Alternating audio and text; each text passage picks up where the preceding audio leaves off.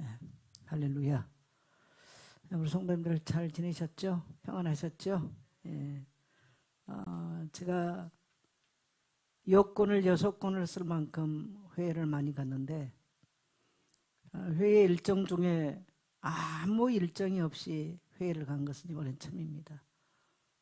회의 일정이 항상 사람을 만난 스케줄, 뭐 강의하는 스케줄, 또 뭐 예배 인도하는 스케줄, 이런 스케줄들이 항상 스케줄을 많이 가지고 움직였는데 이번에는 아무 스케줄 없이 그야말로 휴가 그 자체를 했죠. 저는 휴가라는 것을 평생 처음 해봤습니다. 제가 개인적으로 쉬고 뭔가 깊이 생각할 때는 항상 기도원을 갔습니다. 8월 말 정도 되면 기도원을 가서 이제 새해를 준비를 하고 한 해를 마무리하면서 생각하는 시간들을 갖고 있는데 이번에는 뜻밖의 또 회의에 가서 한 8일을 쉬면서 너무나 목사 선교사들의 팔자에 없는 아주 호사를 누리고 그러고 왔습니다. 너무나 감사한 시간들을 보내고 재충전하는 그러한 좋은 시간들을 가지고 돌아왔습니다. 돌아오니까 여기 여전히 덥고 힘드네요. 습하고. 그래도 건강들 하셨죠? 우리 선우가 오랜만에 수요 예배 왔네. 선우 맞지? 모자를 쓰고 큰 선글라스를 썼나 안경 썼나 그런 게 잘 모르겠어. 목사님 얼굴이 많이 탔지? 좋아졌어. 하루 3끼를 잘 먹었으니까. 그리고 동남아 가면 목사님 항상 하는 게 제가 아주 좋아하는 게 바다 수영을 하거든요. 이제 수영장에서는 물이 안 좋으니까 제가 수영을 안 하는데 바다에 가면 바다 수영하는 것을 거기는 또 물이 그렇게 세지도 않고 완만해서 한 6일 정도 계속 바다 수영하니까 몸이 탄탄해진 것 같아요. 그래서 건강해서 돌아온 것 같습니다. 네, 감사합니다. 자, 오늘 말씀의 제목 한번 따라합시다. 미혹되지 말고 진리에 굳게 서라. 예. 오늘 또 이렇게 우리 태영아 베이비스쿨 한 거 보니까 몇 년 동안 우리 한경희 전사님들 아이들 데려다가 베이비스쿨 몇 년을 어머니 기도회 몇 년 하더니 오늘은 보니까 이제 현장에서 말씀 운동하는 분들이 같이 와서 기도에 참여하는 걸 보면서 누군가는 한 사람이 오든 안 오든 간에 지속 반복하면 그 자리에 하나님께서 또 이렇게 새로운 사람들을 보내주구나 그것을 봤습니다. 감사합니다. 자, 데살로니가 전후서의 주제는 바로 재림에 대한 이야기다라고 데살로니가 전서를 말씀을 나눌 때 말씀을 했는데 역시 이제 우리가 후서에서도 지금도 세계 교회들이 몸살 앓고 있는 것 중에 하나가 뭐냐면 이 종말론 때문에 많이 힘들어해요. 종말론이 상영하고 또 많이 이렇게 그 얘기들을 많이 하는데 뭐 거의가 건전하지 못한 단체거나 교회거나 그럴 확률이 굉장히 많습니다. 근데 초대교회 때도 이 종말론 때문에 굉장히 많은 어려움과 문제가 있었어요. 그 중에 하나가 이제 이 데살로니가 교회였죠. 그래서 데살로니가 교회에 이 종말론 때문에 흔들리는 성도들을 가르치기 위해서 바울은 주님의 재림은 분명하게 있다. 그리고 그때의 불법의 사람들이 나타나고 그래서 성도들은 종말을 살아갈 때 미혹을 분별하는 지혜를 가져야 된다. 그런 것들을 말씀하고 있죠. 어떻든 간에 데살로니가 교회 성도는 예수님의 재림을 굉장히 기다렸어요. 근데 이런 예수님의 재림을 기다리는 과정 속에 이제 많은 문제가 일어났습니다. 잘못된 가르침이 났죠. 주의 날이 이미 왔다. 주님이 이미 재림했다. 이게 이제 데살로니가 교회에 많이 일어났던 얘기죠. 그래서 성도들이 그것 때문에 예수님이 재림을 해버렸다 그러니까 또 재림했다라고 이런 얘기들이 많다 보니까 그럼 우리는 들림받지 못하고 그러다 보니까 이제 성도들이 많이 흔들리고 또 하나는 두려워지고 이제 종말론 그러면 우리는 휴거와 함께 생각을 해야 되는데 예수님이 재림을 했다고 과정을 했을 때 그러면 우리는 들림받지 못한 남아있는 성도라고 생각했을 때 그들이 받는 이 두려움이 굉장했을 거다 이렇게 추측할 수 있죠. 그래서 오늘 바울은 이 본문을 통해서 이런 말에 누구에게도 미혹되지 마라. 그래서 종말을 살아가는 성도에게는 날짜가 언제였나 보다 중요한 것은 따라합시다. 진리를 붙들고 사는 것이 중요하다. 예. 저는 똑똑하게 한국교회에서 봤어요. 10월 28일 예수님 재림한다. 이때 얼마나 우리 한국교회가 요동을 쳤고, 이것이 한국교회는 그때부터 교회 부흥이 추락이 시작됐습니다. 또 제가 속해 있던 교회에서도 목사님이 종말론을 하면서 너무나 괜찮으신 분인데 종말론 하면서 교회가 큰 시험에 드는 것을 보게 됐습니다. 그래서 종말론에 이렇게 치우쳐 있는 교회나 단체가 절대 건전하지 못하다는 것을 우리는 분명하게 다시 한번 이 말씀을 통해서 깨달아야 되고요. 그래서 종말이 언제냐보다 중요한 것은 나는 어떻게 하나님의 진리 위에 서 있느냐, 매일매일의 삶을 어떻게 진리와 함께 살아가느냐, 이것이 중요하다는 것을 믿게 되시길 바랍니다. 그렇지만 우리는 종말론적 신앙이 없으면 안 돼요. 성도는 종말론적 신앙이 없으면 방자하게 살아요. 그래서 반드시 종말론적 신앙이 있어야 돼요. 따라합시다. 종말론적 신앙이 있어야 된다. 근데 종말론적을 너무 이것을 막 언제 재림한다 뭐 이렇게를 맞춰버리면 문제가 굉장히 많고, 사람들의 마음을 미혹하기도 하고 두렵게 만들어서 사람들을 올매기도 하고 솔타이 시키기도 하고 여러 가지 문제가 나요. 대부분 불건전한 신비주의하는 단체가 많이 그렇고, 신학적으로는 뭡니까? 날짜를 계산하는 신학에는 제가 갑자기 이름이 지금 생각나는데 그런 데서 이제 많이 해요. 그래서 거기가 종말론을 했던 단체들이 이단으로, 그 대표적인 예가 안식교입니다. 안식교는 종말론 때문에 안식교가 됐고 이단이 됐어요. 근데 이런 형태를 띠게 되는 겁니다. 자, 우리 1절 같이 갑니다. 시작. 형제들아, 우리가 너희에게 구하는 것은 우리 주 예수 그리스도의 강림하심과 우리가 그 앞에 모임에 관하여. 네, 중요한 것은 뭐냐면 오늘 지금 사도 바울이 1절을 통해서 우리 주 예수 그리스도의 강림하심과 우리가 그 앞에 모임에 관하여 라고 말하죠. 우리는 이제 바울의 형제들아, 이 말 참 교회를 향해서 형제들아. 중요한 것은 예수님은 다시 오신다는 겁니다. 재림한다는 겁니다. 예수님 다시 재림한다고 그러니까 성도들이 언제냐, 며칠 날이냐, 때가 언제냐, 여기에 포커스를 맞췄어요. 근데 오늘 바울이 이 데살로니가 2장을 통해서 우리에게 주고 싶은 메시지는 언제 어느 때냐가 아니라 우리는 어떤 진리를 붙잡고 살 것이냐라고 하는데 포커스를 맞춰야 된다는 거죠. 할렐루야. 네.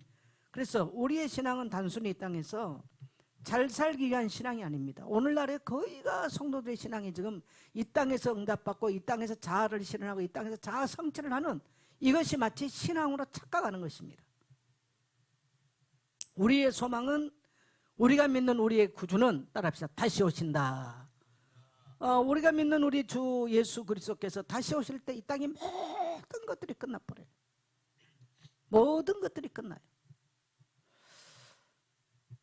아주 이번에 휴식을 하면서 또 이렇게 바닷가를 거닐면서 또 지난날 인생도 돌이켜보고 또 앞으로 나의 사역도 생각을 하고 이런 것들을 해보는 시간들.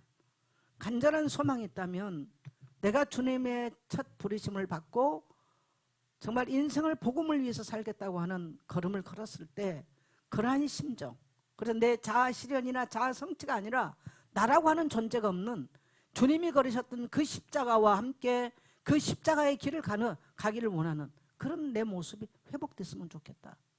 이게 굉장히 이번 한 주간을 지나면서 기도 제목이 되어지고 하나님이 그 은혜를 주셨어요. 또 어느 날 목사를 하다 보니까 목사 나름대로 자아 실현을 해요. 정말 괴로운 이야기죠. 주님하고는 아무 상관이 없어요. 주님 재림하시면 아무것도 필요 없는, 네 목사 짓을 했냐 뭔 짓을, 그건 아무 짝에 상관이 없어요.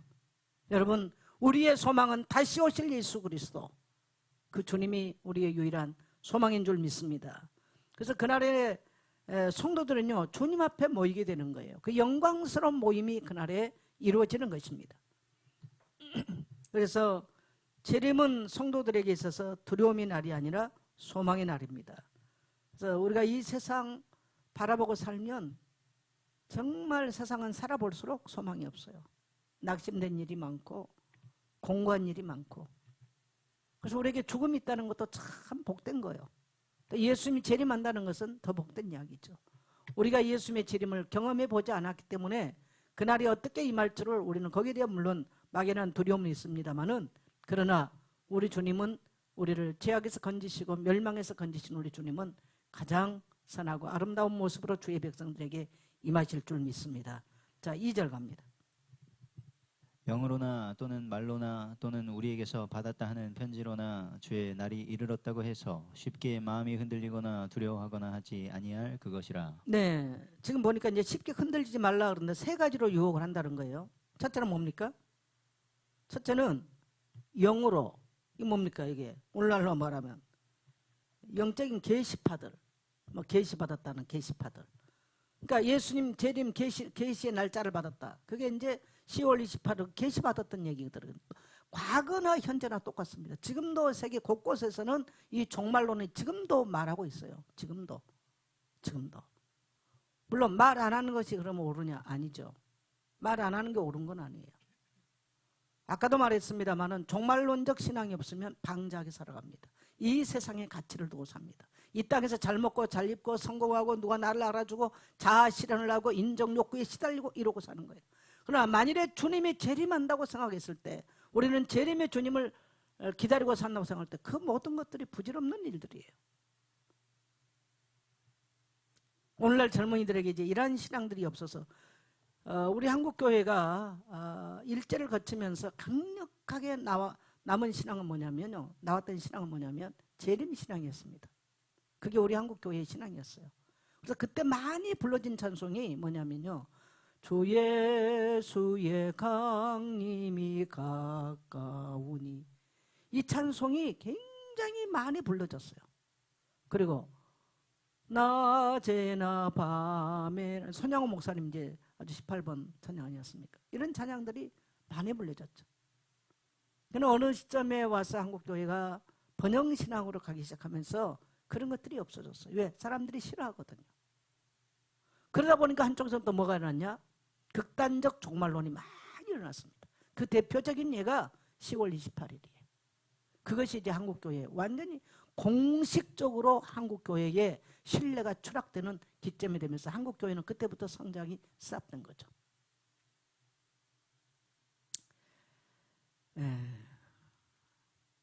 세 가지로 계시받았다.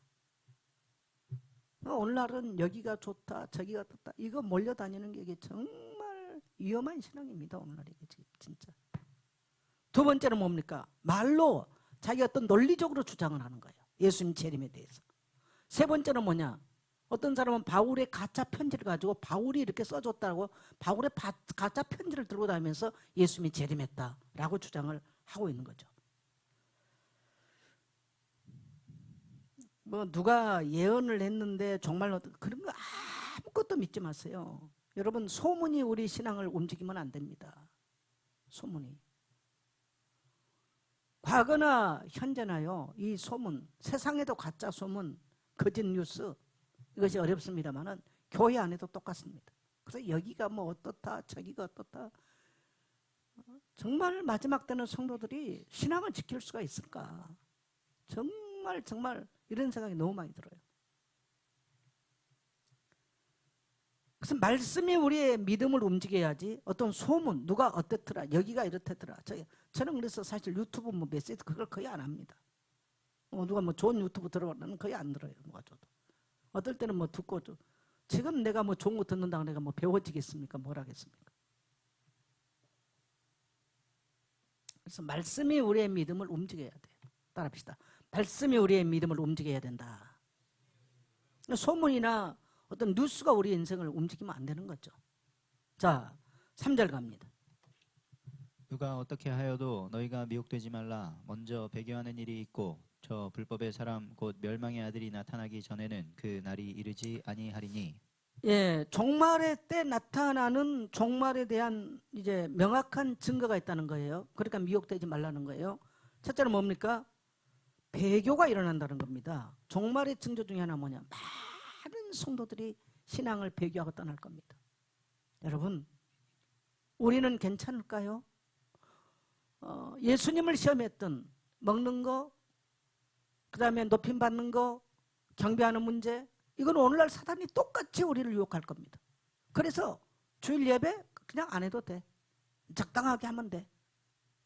이렇게 하면서 신앙을, 여러분 하루아침에 신앙이 배교되는 건 아니에요.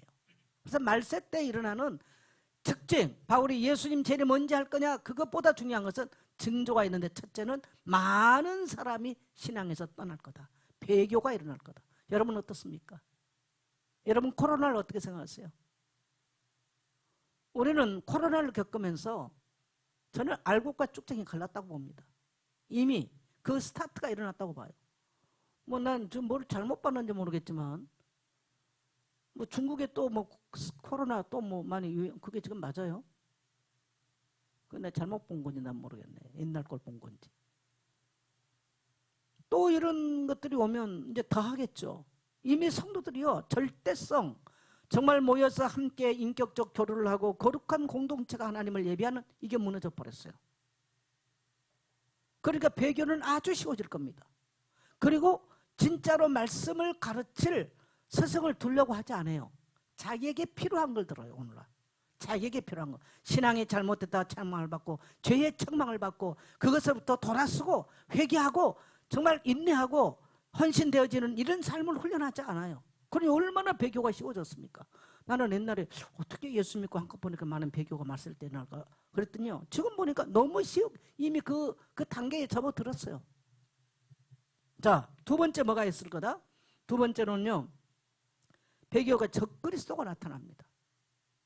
적그리스도. 우리 한국만 해도 적그리스도 비슷한 사람들 지금 많이 나왔잖아요. 근데 마지막 때는 이런 지역적인 적그리스도가 아니라 전 세계를 통합해서 모든 신들이 뛰어나고 모든 경배의 대상에 뛰어난 적그리스도가 나올 겁니다. 많은 사람이 그를 존경할 겁니다. 많은 사람들이 그 앞에 무릎을 꿇게 되고 많은 사람이 그를 높일 것이고 많은 사람이 경배하게 되는 적그리스도의 출현이 일어날 겁니다. 능력을 행할 것입니다. 어마어마한 메시지가, 입에서 검이 나오듯이 그런 메시지가 쏟아져 나올 겁니다. 오늘날 사람들은 뭐 메시지가 어떻다 이런 거 너무 많이 하잖아요. 자기가 성경을 보고 하나님 앞에 무릎을 꿇고 거룩한 교제를 이루고, 이게 없어져 버렸어요. 물론 모든 그리스도인 다 그렇지는 않습니다.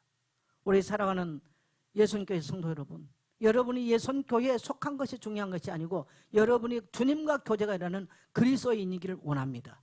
주님이 재림에도 여러분을 주님이 찾을 수 있는 성도 되기를 주의 이름으로 축원합니다. 그래서 이 믿음은 한순간에 무너지는 게 아니에요. 작은 타협을 통해서 무너집니다. 처음에는 말씀을 조금 가볍게 얘기했죠. 말씀을 가볍게 얘기해요. 그 다음에는 죄와 타협을 해요.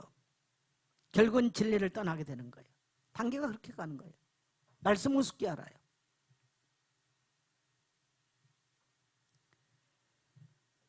그 다음에 죄와, 이거 뭐 별거 아니라고 생각해요. 주의를 안 지키면 어때? 별거 아니라고 생각해요. 자기 편리할 대로 하나님을 예배하는 거 예배가 아니죠. 사실은 예배를 해주는 거죠. 결국은 진리를 떠나게 되는 거예요. 그래서 여러분, 직분이 뭐냐가 문제가 아니고요, 끝까지 믿음 지킬 수 있기를 축복합니다. 자, 4절 갑니다. 그는 대적하는 자라 신이라고 불리는 모든 것과 숭배함을 받는 것에 대항하여 그 위에 자기를 높이고 하나님의 성전에 앉아 자기를 하나님이라고 내세우느니라. 네, 이 적그리스도의 모습은 어떻다고요? 대적하는 자예요. 여러분, 사탄이란 말, 디아볼로스, 대적자라는 뜻입니다. 사람들에게 높임을 받고, 그래서 이제 많은 추측을 이 적그리스도가 아마 교황이 되지 않겠냐, 다 이제 그렇게 말합니다. 근데 우리가 생각할 때 앞으로 나타날 적그리스도의 모습이 비인격적인 모습이 아니에요. 모든 사람들이 봤을 때 뛰어난 인격을 가진 사람일 겁니다. 아주 말이 현란할 겁니다. 사람들이 봤을 때. 그럼 모든 사람이 존경하고 추앙할 겁니다. 그런 모습으로 나올 겁니다. 근데 그 내면은 뭡니까? 하나님을 대적합니다. 대적자예요. 자기를 높여요. 그리고 하나님께 돌아갈 영광을 자기가 가르치는 거예요. 그럼 모든 신들보다 자기가 더 높은 자리에 앉는 사람이 되겠죠. 숭배받는 것에 대항하여, 그러니까 모든 숭배받는, 하나님이 영광받는, 하나님이 영광받고 모든 신들의 숭배받는 것 싹 제해버리고요. 이 사람이 적그리스도가 가장 숭배받는 자리, 가장 영광받는 자리에 가서 앉아요. 그리고 결국은 뭡니까? 성전에 앉을 겁니다. 이걸 이제 다니엘서 이미 말한 내용이죠. 다니엘서에서도. 그리고 이제 이 초대교회가 오기 전에 중간기 때 에피파네스가 이제 성전에서 뭡니까? 돼지 피를 가지고 제사를 지내고, 이것도 또한 하나의 이제 뭡니까? 그 예언적 이야기였어요. 그런 모습이 또 앞으로 일어날 거다. 지금 그렇게 얘기를 하죠. 그래서 성전에 앉아서, 이 말씀은 참 오늘날 목회자들이 굉장히 좀 귀담아 들어야 될 메시지예요. 성전에서 영광 받아야 될 분이 주님이신데 목회자들이 영광을 오늘날 너무나 많이 받아버리고, 이런 모습들 한번 우리가 생각해야 될 이런 모습들이죠. 그래서 죄의 본질에는 언제나 하나님보다 자신을 높이는 마음이 있습니다. 그래서 우리가 정말 조심해야 될, 정말 하나님보다 자신을 높여버리는 것. 사단의 유혹은 창세기 때부터 뭡니까? 하나님처럼 되라. 사단 유혹이 뭐예요? 선악과 먹어라. 그럼 네 눈이 밝아져서 뭔처럼 된다? 하나님과 같이 된다. 하나님처럼 된다. 하나님처럼 된다. 인간에게 욕망이 뭡니까? 하나님처럼 되는 거예요. 모든 인간은 그래서요, 우상이 되고 싶은 욕구가 있어요. 그리고 사람은 우상을 만들고 싶어 해요. 누군가의 우상을 만들고 자기가 우상 되고 싶은, 이것이 모든 인간이 갖고 있는 죄의 속성이라는 거. 그래서 우리는 항상 깨어서 정말 깨어 있어야 될 줄 믿습니다. 자, 5절 갑니다. 내가 너희와 함께 있을 때에 이 일을 너희에게 말한 것을 기억하지 못하느냐. 바울은 이미 재림에 대해서 가르쳤어요.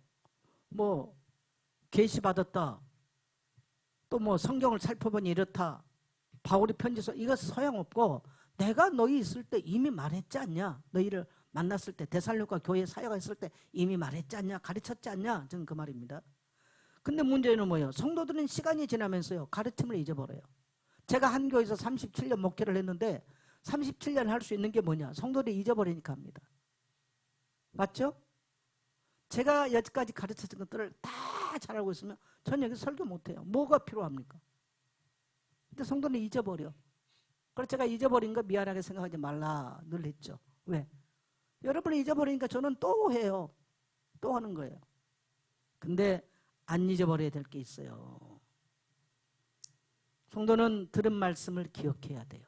말씀이 있어야 우리 인생에는 결실이 일어납니다. 영적인 결실이 일어나고, 성품의 결실이 일어나고, 삶의 결실이 일어나요. 삶의 결실이 없다, 이 말은 이꼬로 뭐예요? 말씀이 없다는 얘기예요. 누가 가져갔어? 마귀가 물고 가버렸어요. 또 이 세상 염려 근심, 재리의 유혹과 근심에 가져가 버렸어. 아예 처음부터 이 밭 자체가 돌짝밭인 인간도 있는 거죠. 그럼 결실이 일어날 수가 없어요. 여러분, 말씀이 떨어지면 반드시 결실이 일어나요. 저는 고향이 두메산골, 아주 우리나라 최남단 아닙니까? 저는 거기서 자라면서 많은 사람들을 알고 있어요. 말씀이 어릴 때부터 확실하게 떨어진 인생들 알고 있습니다. 그들의 인생에 어떻게 결실을 했는지. 나이가 70이면요, 70년 이전의 인생은요, 결실이에요. 결론이에요. 물어볼 게 없어요. 사람은 50, 60 이미 결론입니다. 무슨 말이 더 필요하겠어요?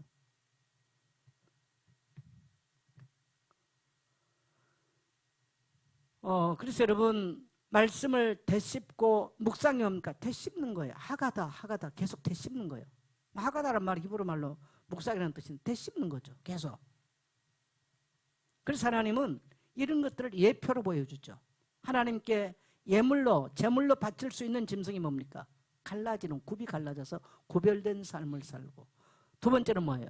되새김질하는 동물. 그래서 소나 양, 염소, 되새김질하는 동물이에요. 하나님의 말씀을 끊임없이 되새김질하는 거예요. 강단에 선포되는 말씀을 누군가가 끊임없이 이것을 되뇌이고 나누고 또 다른 사람에게 흘러가게 만들고, 거기에 모든 것들이 다 살아나는 겁니다.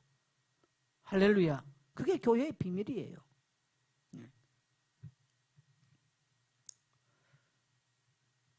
예. 그래서 들은 말씀을 기억하는 거. 한 번 들어서 끝나는 것이 아니죠. 반복하고 묵상하고 마음에 새기는 거. 그래서 미혹은 우리가 말씀을 잃어버릴 때 일어납니다. 말씀을 잃어버리고 날 때 어려우면 어떻게 하지? 그리고 사람들에게 유혹을 받아요. 문제가 왔을 때 어떻게 하지? 아, 말씀이 이렇게 말했다라고 굳건하게 쓴 게 아니라 사람을 찾아가거나 뭐 요즘은 유튜브 다 찾겠죠. 그러다가 이상한 것 만나가지고 유튜브에서 말한 거 듣고 인생 무너지기 시작한 겁니다. 여러분, 유튜브에 있는 것을 듣고 분별한다는 거 못 분별합니다. 왜? 아주 미묘한 차이고요. 굉장히 사람 말로 위로를 주고 이럴 수 있는 게 굉장히 많을 겁니다. 굉장히 많아요. 쉽지 않아요. 정말 나는 그래서 요즘 이 스마트폰 나오면서 나는 인간은 파멸이다 생각합니다. 자, 6절 같이 갑니다. 너희는 지금 그를 막는 것이 있는 것을 아나니 이는 그로 하여금 자기의 때에 나타나게 하려 함이라. 근데 이제 감사한 것은 때가 되기까지 막고 있다. 이 거짓의 활동을 막고 있는 존재가 있다. 지금 이 말씀을 하고 있죠. 누가 막을까요? 불법의 세력이 활동하지만 하나님께서는요, 그것을 딱 제한시켜 놨어요. 지금도 그러나 이것들이 활동을 합니다. 전 세계적으로. 지금도 활동해요. 사람 유혹하고 미혹하고. 그래서 우리 한국만 해도요, 이 지금 거짓 단체들, 뭡니까? 미혹하는 이 이단 단체가 얼마나 많습니까? 지금 한국에 전도되는 데는 전부 다 이단 단체들이에요. 이단이라고도 말할 수 없죠. 사이비 단체들이죠. 이런 것들이 되는 거예요. 사람들은 진리를 싫어해요. 본능적으로 싫어해요, 인간은. 진리를 거부한 게 있어요.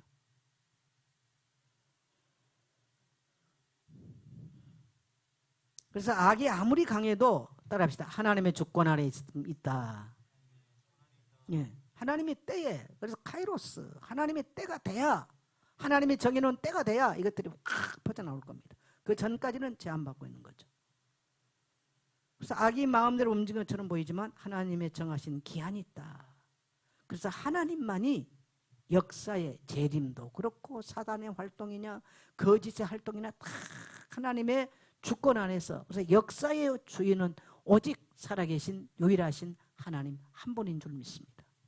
자, 7절 갑니다. 불법의 비밀이 이미 활동하였으나 지금은 그것을 막는 자가 있어 그 중에서 옮겨질 때까지 하리라. 네, 불법의 비밀, 사람들을 유혹하는 거 몰라요. 여러분, 유혹하는 것이, 예를 들어서 누가 나에게 사기를 치는데 사기다라고 안다면 누가 사기를 당합니까? 저 사람은 사기 치려고 작작을 하고 내게 접근했지만 모르는 거예요. 그게 불법의 비밀이라는 거예요. 악한 자가 사람의 영혼을 망가뜨리기 위해서 비밀리에 활동하고 있는데 인간은 몰라요. 모르는 거, 우리는 몰라요. 그걸 지금도 활동하고 있대요. 그러나 지금 그것을 막는 자가 있어 그 중에서 옮겨질 때까지 막겠다는 겁니다.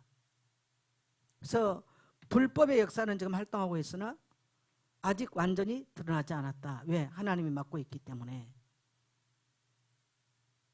그래서 우리는 지금도 세상에서 악한 역사들을 많이 봅니다. 우리 나라를 봐도요, 이게 정말 어떻게 되려고 나라가 이럴까? 정말 상상할 수가 없어요. 그러나 하나님은 하나님의 백성들의 기도를 들으시고 하나님의 통치가 이루어지고 있음을 우리는 믿습니다. 자, 8절 갑니다. 그때에 불법한 자가 나타나리니 주 예수께서 그 입의 기운으로 그를 죽이시고 강림하여 나타나심으로 패하시리라. 예, 주님께서 불법한 자를 패한다. 이 악한 적그리스도를 주님께서 패할 날이 오신다. 이제 우리는 요한계시록을 통해서 결국은 이 모든 것들이 다 패하고 무너지고 또 하나님께서 정하신 때에 그리스도의 승리를 보게 되죠. 그래서 불법의 세력이 강해 보일지라도요, 마지막 승리자는 누굽니까? 예수 그리스도예요.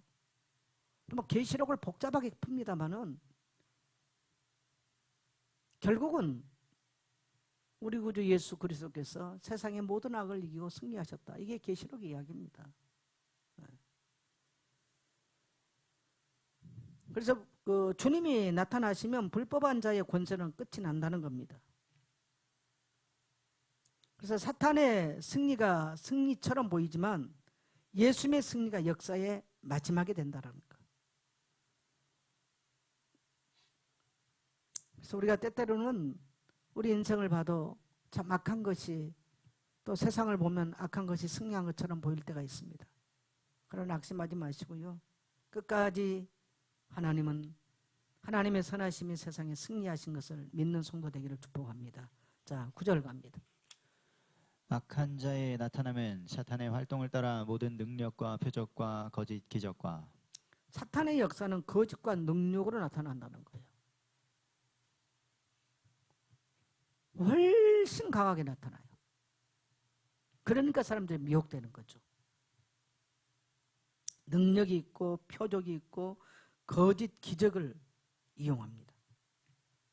그래서 우리가 기적 자체만 가지고 진리를 판단해서는 안 됩니다. 아, 거기 막 엄청나게 능력이 행하고, 당연히 우리가 예수를 믿는 데는 표적과 이적이 있어야 돼요. 그러나 그 자체만 따라가면 절대 안 돼요. 먼저 뭐 위에 서야 된다? 따라합시다.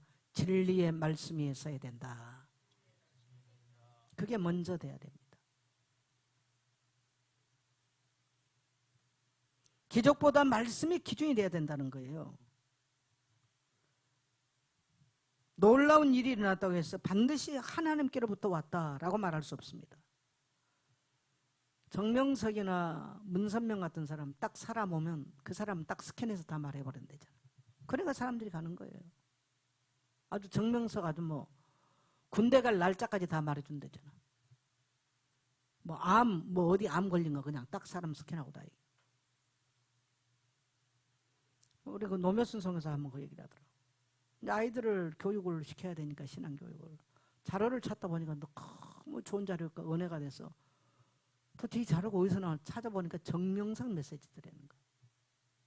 제가 한번 새벽에 집에서 유튜브를 이렇게 켜놓고 그냥 이렇게 뭐 어떤 목사 설교인 것 같아서 그냥 제가 눈 뜨면서 눌러놨어요. 요한복음 영생의 말씀이 주께 싸운데 내가 누구에로 가오리까. 이제 그걸 가지고 설교를 하더라고요. 요한복음 6장이죠. 너무 목소리도 은혜롭고 은혜로운 거야. 그래서 이 목사가 누구지 봤더니 조희성이야, 조희성. 이야, 난 그때 깜짝 놀랐어요. 그러니까 성도들이 유튜브에 나와 있고 이런 거 가지고 예배, 이거 정말 분별하기 어려워요. 왜냐면 처음부터 모든 게 다 틀리지 않거든요. 정말. 나는 그래서 우리 청년들 유튜브 들어가서 뭐 보는 거 정말 조심하라고 말하고 싶어요.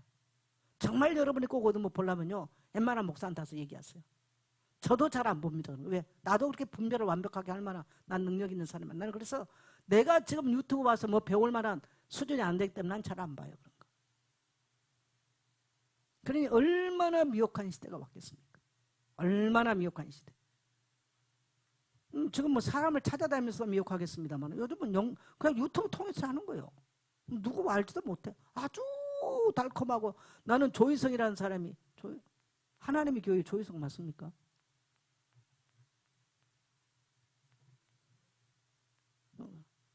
조희성이었어요, 분명. 그렇게 목소리도 그렇게, 와, 내가 깜짝 놀랐어요.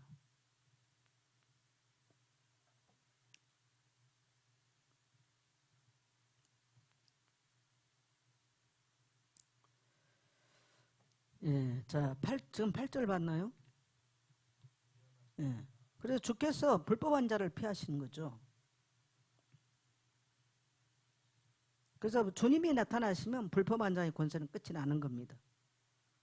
사탄의 승리가 마지막이 아니라 예수께서의 승리가 마지막입니다. 9절 했어요? 9절 지금 했습니까? 이렇게 요즘은 내가 나를 못 믿는다니까요. 기적보다 말씀이 기준이다. 성도는 반드시 하나님의 말씀으로 분별해야 된다. 그래서 교회에서 제가 성경 읽기 철저하게 한 15년 동안 지금 해온 게 그래요. 목사의 설교 100번보다 성경 한 번 읽으세요 라고 말하고 싶어. 오늘도 사실 제가 원어적으로 해석 안 하기 때문에 그렇게 급히 우리 성도들 수준 나는 들어갈 필요 없다고 생각해요. 그러면 여러분이 성경 그 자체를 가만히 읽으면 훨씬 낫습니다. 자, 10절 갑니다. 같이 갑니다. 시작.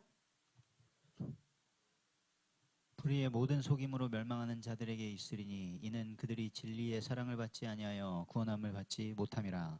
불의가 어떤 사람을 속이느냐?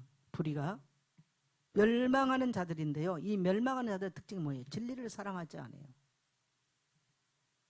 제가 이 말씀을 이렇게 준비를 하면서 진리를 사랑하지 않는 것이 결국 멸망받는 길로 가는 거구나. 진리를 아는 것과 사랑하는 것은 다릅니다. 여러분, 교회를 아는 것과 교회를 사랑하는 건 다른 거예요. 예수님을 아는 것과 예수님을 사랑하는 건 다른 거예요. 그죠? 여러분이 누구를 아는 것과 그 사람을 사랑하는 것은 다른 이야기예요. 주님과의 관계는 사랑의 관계가 형성됐을 때 가능합니다. 하나님의 진리는 지식으로 오늘날 유튜브 컴퓨터 치면 다 나오는 그런 지식이 하나님은 그걸 우리에게 원하지 않죠. 그 진리 자체를 사랑하고 그 진리 자체를 존귀하게 여기고 그 진리를 삶의 우선순위를 두고 기준을 두고 살아가는 것과 아는 것이 중요한 게 아니에요. 그게 이제 멸망으로 가는 그런 사람들이 속임을 당한다는 겁니다. 굉장히 중요한 얘기죠. 그래서 사람이 진리를 몰라서 문제가 되는 것이 아니다. 그렇죠? 진리를 알아. 그런데 진리를 어떻게 하지 않는다? 사랑하지 않는다. 사랑하지 않고 거부했을 때 문제가 온다는 겁니다. 그래서 성도는 단순히 말씀을 아는 사람이 아니라 말씀을 뭐 해야 돼요? 사랑해야 돼요. 말씀을 사랑해야 돼요. 그 목사들의 병은 뭐냐? 성경을 설교하기 위해서 읽는 경우가 많아요. 그게 목사들의 병이거든요. 주님과 아무 상관이 없어. 그래서 묵상을 자꾸 하라는 건 뭐냐? 묵상은 내가 주님의 말씀을 먹는 거예요. 그래서 성도들에게 성경 읽고 묵상을 하라는 거예요. 묵상을 하라. 묵상을 하라. 우리 선호 말씀 묵상하나? 해야 합니다. 미래 영인에. 오늘 하세요. 그게 주님을 사랑하는 방법이에요. 예. 말씀이 나에게 유익될 때만 사랑하는 것이 아니고요. 말씀이 나의 죄를 책망할 때도 받아들일 수 있어야 돼요. 이번에 베트남 가서 낮에는 더우니까 우리는 관광 다닐 것도 아니고 난 내 평생 이렇게 좋은 데를 처음 가봤어. 최고급 목사 팔자에 없는 최고급 호텔에 가서 쉬면서 낮에는 7일 동안 다 선교사님들 두 분 다 나 각자 방에 앉아서 하루 종일 성경 읽는 거예요. 그리고 이제 아침 저녁은 바닷가에 가 걷고 수영도 하고. 그러면서 이번에 우리가 이제 토론, 우리 이해수 성사님 아주 토론하는 거 좋아하시잖아요. 이제 성경의 중요한 주제들을 같이 이렇게 토론을 하는 중에 죄에 대한 책망에 대한 거.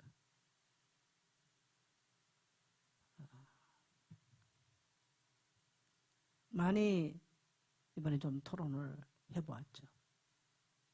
그래서 복음서의 시작은 뭡니까? 회개하고 복음을 받으라. 뭐가 갖고 왔으니까? 천국이 갖고 왔기 때문에. 죄에 대한 지적이죠. 책망이죠. 회개가 선행돼야 천국을 경험할 수 있어요. 근데 오늘날 싫어한 메시지예요. 죄의 책망. 옛날에는 교회에서 죄에 대한 책망이 강력했어요. 성도가 언제 살아났냐? 죄에 대한 책망이 강했을 때, 그 말씀을 받고 그 앞에 무릎을 꿇었을 때 성도의 영혼이 살아났어요. 근데 오늘날 교회가 혼에 붙은 혼적인 신앙으로 많이 흘러가 버린 이유가 뭐냐? 죄에 대한 책망이 없어요. 이게 문제예요. 좋은 말만 다 해요. 그래서 교회는 좋은 말 하는 단체가 돼버렸어. 또 심리적인 말하는 단체가 됐어요. 여러분, 성경은 심리적인 거 하는 데가 아니에요. 죄를 책망하고 죄로부터 돌이켜서 구원받는 게 성경의 목적이요, 주님이 오신 목적인 줄 믿습니다. 우리는 그게 됐을 때도 그 말씀을 받아들이고 그 말씀 자체도 사랑할 수 있어야 되는 거.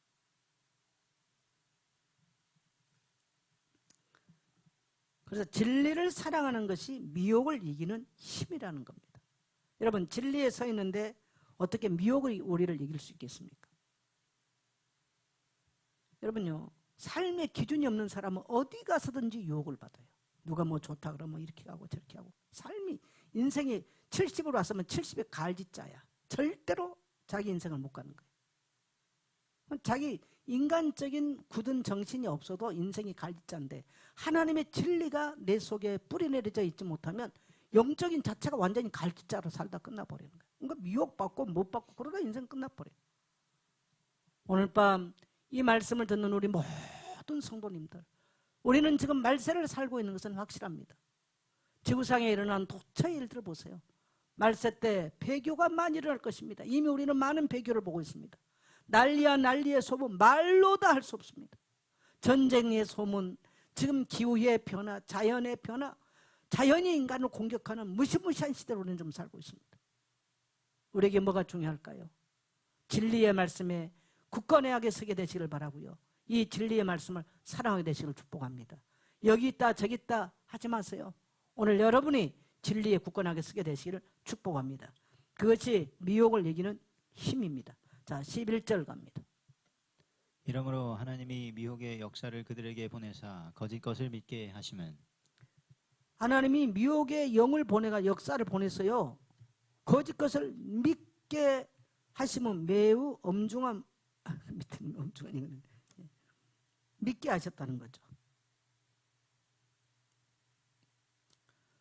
여러분, 우리가 사람이 거짓말한 걸 믿어도 엄청난 문제를 타격을 입어요. 사기꾼 비슷한 사람 한 사람 만나가지고 그 말 믿어버리면 인생에 타격이 큽니다. 제가 이제 쭉 목회를 하면서 분석한 게 몇 가지가 있어요. 여러분, 젊은 날은요, 상처를 받거나 사기를 당하거나 어려움을 당하거나 실패를 경험해도 괜찮아요. 이게 40이 넘고 50이 됐을 때 이 문제가 왔다, 재기하기 힘듭니다. 그래서 제가 성도를 분석해 보니까 젊은 날 열심히 돈도 벌어요. 젊은 날은요, 다 돈도 벌고요, 다 자기 집에 금속화지 한 마리씩 다 만들어놨어. 그게 언제까지냐? 50전까지입니다. 근데 언제부터 무너지냐? 40대 중반부터 50대 중반까지 무너지는 시기가 거의 옵니다. 첫째, 경제를 잃습니다. 두 번째, 건강을 잃습니다. 세 번째, 가정을 잃습니다. 이 셋 중에 하나 나타나. 제가 여태까지 목회하면서 본 현장 이야기예요. 근데 이것을 정말 하나님 앞에서 극복하지 못하면 50 중반 이후, 그러니까 이제 60을 넘어가잖아요. 이후 인생이 이제 딱 그렇게 가는 거예요. 그게 어디에서 왔는가를 이해를 못해요. 저는 이 이야기를 굉장히 교회에서 많이 했어요. 지금. 들었죠? 김현수 같은 경우. 많이 한 얘기예요. 그러면서 사람들이 무너지는 거죠. 어떤 사람은 제일 남자들이 강하게 타격 오는 건 경제 문제였어요. 그 다음에 이제 남녀를 구분하고 건강 문제. 세 번째 뭐냐? 가정들이 깨져나가거나. 초반에 일찍 깨져서 일찍 다시 재혼하면 괜찮은데 요때 깨지면 인생 망치는 거예요. 어려워져요. 경제도 그래요. 젊은 날 그럼 다시 뭐 기술을 배우든 다시 열심히 사는 거 하면 돼요. 근데요, 인생 중반에 왔다 쉽지 않습니다. 사다리 전략이 아주 타이밍이 정확하더라.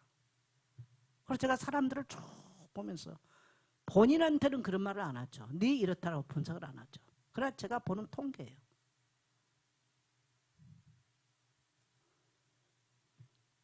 근데요, 그것을 믿게 만들어요. 믿는다는 거예요. 그 유혹하는 거. 그래서 여러분, 기도 제목으로 그렇게 하십시오. 하나님, 내가 마지막을 살아갈 때에 이 악한 미혹의 영들의 말을 믿지 않고 진리에 바로 설 수 있도록 축복해달라고 기도하기를 축복합니다. 그 미혹의 영의 말을 믿는다는 거, 사람 잘못된 말을 믿어버리면 큰일 나는 거죠. 진리를 거부하면 결국은요, 거짓을 믿는 상태에 이르게 됩니다. 진리를 거부하면 반대는 거짓을 믿게 돼 있어요. 근데 진리는 쉽지가 않아. 좁은 길이에요. 좁은 문이에요. 마음에 안 드는 것이 많아요. 감정적으로는 힘든 게 많아요.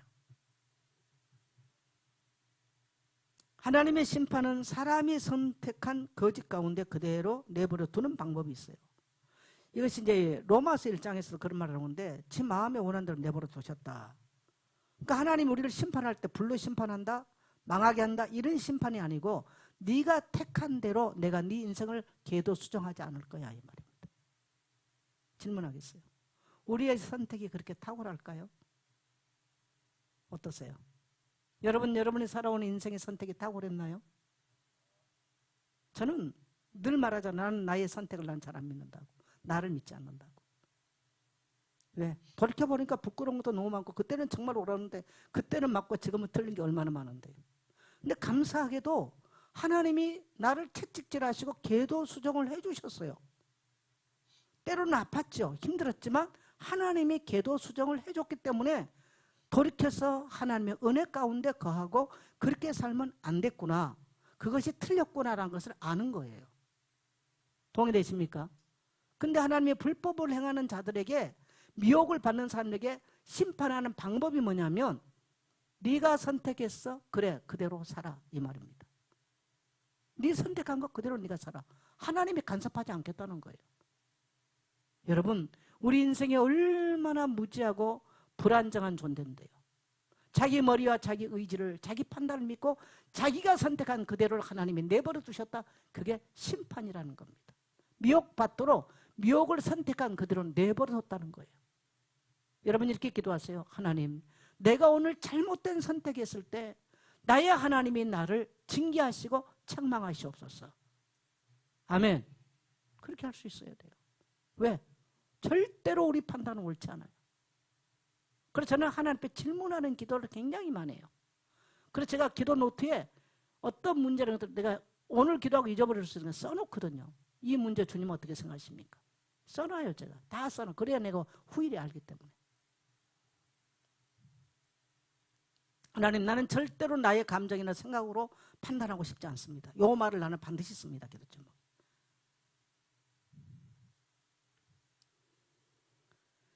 젊은 날은 우리는 우리의 판단 이것이 막 맞다고 생각해요. 참, 그 누구의 영화, 홍상수 영화 감독. 그때는 맞고 지금은 틀리고 너무너무 맞아. 젊은 날은 맞았다고 생각하는데 나이 먹고 보니까 틀려. 그게 안 맞아. 물론 그때는 맞았을 수 있겠지만 그런 게 너무 많아요. 인생이. 여러분 그렇죠? 그래서 지나온 날이 후회가 많죠? 네. 그래서 우리 하나님이요 간섭하셔야 돼요. 따라합시다. 하나님 간섭해 주세요. 그게 하나님의 나를 보호하는 방법이에요.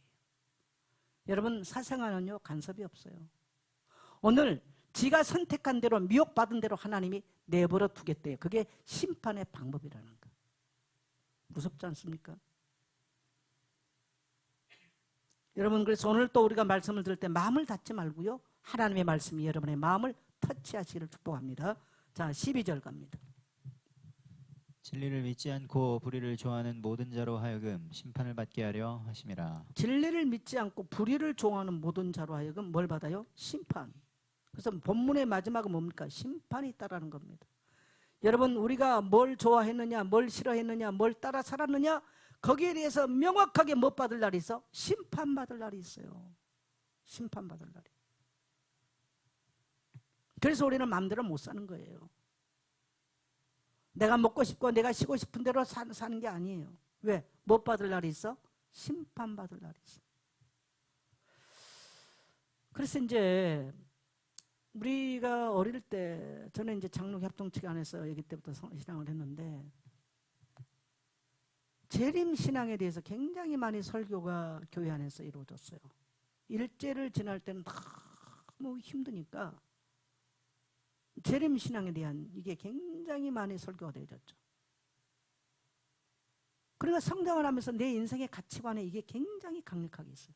그럼에도 감사한 것은 뭐가 있냐면 극단적 종말론에 대해서는 아니란 걸 딱 분별하겠더라고요. 그게 하나님의 은혜죠. 또 하나, 제 같은 경우는 굉장히 많은 것을 체험을 많이 한 사람이에요. 사실은 굉장히 영적인 것을 많은 체험을 했어요. 많이 기도를 했기 때문에. 근데 하나님께서 감사하게도 내가 체험하는 신앙에 내가 의존하지 않고 굉장히 또한 그 부분에 이성적이었다. 만일에 내가 체험한 대로 했다면 나는 분광사로 진즉 나가 살았을 겁니다. 많은 문제도 있었겠죠. 근데 그렇게 살지 않았어요. 나는 거기에 대해서 굉장히 감사하게 생각해요. 나는 내가 체험한 거나 내 주관적인 거 지금까지 여러분이 아실 거예요. 제가 목회하면서 내 주관적인 체험을 교회에서 이것을 많이 어필을 하거나 이걸 주장을 그래 본 적이 단 한 번도 없어요. 때로 내가 간증차 잠깐 얘기는 했지만 그러지는 않았어요.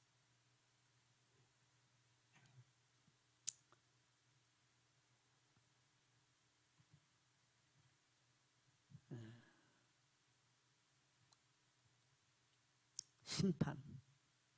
그래서 심판은 단순하게 지식 부족이 아니에요. 진리를 믿지 않고 불의를 좋아하는 것이 심판의 대상이라는 거.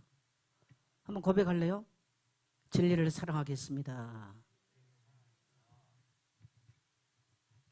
진리를 사랑하지 않으면 불의를 좋아하게 돼 있어요. 사람은 자기가 좋아하는 걸 따라 살거든요. 늘 좋아한 거 하고 좋아한 거 좋아하는 사람 만나고 그 사람이 만나는 사람 가만 보면 그 사람은 속성을 알 수 있어요. 그렇잖아요.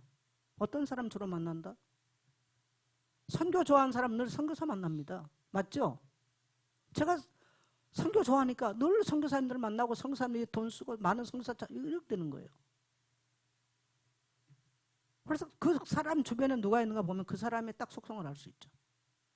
술 먹기 좋아하는 사람은 술 먹기 좋아하는 사람과 어울리게 돼 있어요. 세속 좋아하는 사람은 세속적인 사람하고 어울리게 돼 있는 거예요. 맞죠? 자, 그래서 진리를 믿지 않고 불의를 좋아하는 것. 그것은 자기가 좋아하는 대로 사는 거죠. 그래서 하나님은 우리에게 진리를 선택하고 의를 선택하라고 말씀합니다. 그래서 오늘 우리가 어떤 것을 선택하느냐가 중요하죠. 진리를 선택하는가, 거짓을 선택하는가, 의를 선택하는가, 불의를 선택하는가. 저는 우리 예수의 공동체가 진리를 선택하고 하나님의 의를 선택하기를 축복합니다. 자, 결론으로 마지막 시대의 성도가 붙들어야 될 세 가지, 명확하게 붙들어야 될 것. 다 모든 오늘 메시지 한 구절씩 잊어버렸다 할지라도 세 가지는 분명히 기억해야 됩니다. 첫째는 뭡니까? 미혹되지 마라. 세상의 수많은 소리보다 하나님의 말씀을 기준으로 삼아라. 사람이 이런 말하고 저런 말하고 말세 어떻고 모든 족속에게 복음이 증거돼야 끝이 오리니 그래서 우리는 복음 전해야 돼요. 할렐루야. 말씀을 붙들어야 돼. 두 번째, 진리를 사랑하라. 진리를 아는 것이 아니고 뭐하라? 사랑하라는 겁니다. 아는 것과 사랑은 다르죠. 그래서 말씀을 사랑하고 말씀에 순종하고 말씀대로 사는 것. 사랑한다는 뭡니까? 말씀을 사랑하고 그 말씀에 순종하는 거예요. 우리 선우가 목사님 말에 참 순종을 잘해. 왜 그럴까? 목사님 사랑하니까. 그지? 우리 선우 아주 오늘 수요 예배 와서 앉아있으니까 목사님 아주 힘드네. 주일날 아침에 내가 내 방에 앉아있으면 선우 오면 얼마나 다정하게 목사님 한 주간 잘 지냈어. 아주 그냥 얼마나 목사님을 다정하게 묻는지. 그래서 목사님도 선우 아주 사랑해. 우리 선우 말씀대로 살아라. 말씀대로 안 살아도 힘들 때 주님 말씀대로 살고 싶은데 말씀대로 살 수가 없을 때가 많습니다라고 그냥 고백해. 그러면 주님이 그래 선우야 알았다라고 도와줄 거야. 세 번째는 뭡니까? 예수님의 승리를 바라보고 사는 것. 세상 바라보면 우리는 못 삽니다. 불법이 성행하고 뭔가 악이 익은 것 같고 이럴 때는요 기가 막혀서 못 살아요. 그러나 죽음에서 승리하신 우리 주님은 마지막 세상 모든 불의를 꺾고 승리하실 것입니다. 그래서 우리는 그걸 바라보는 거예요. 끝까지. 그러므로 우리는 두려워하지 말아야 되고요. 미혹의 시대를 이기는 힘은 진리를 알고 진리를 사랑하고 다시 오실 예수님을 바라보는 믿음만이 유혹을 이기는 마지막 때 유혹을 이기는 유일한 길인 줄 믿습니다. 아멘.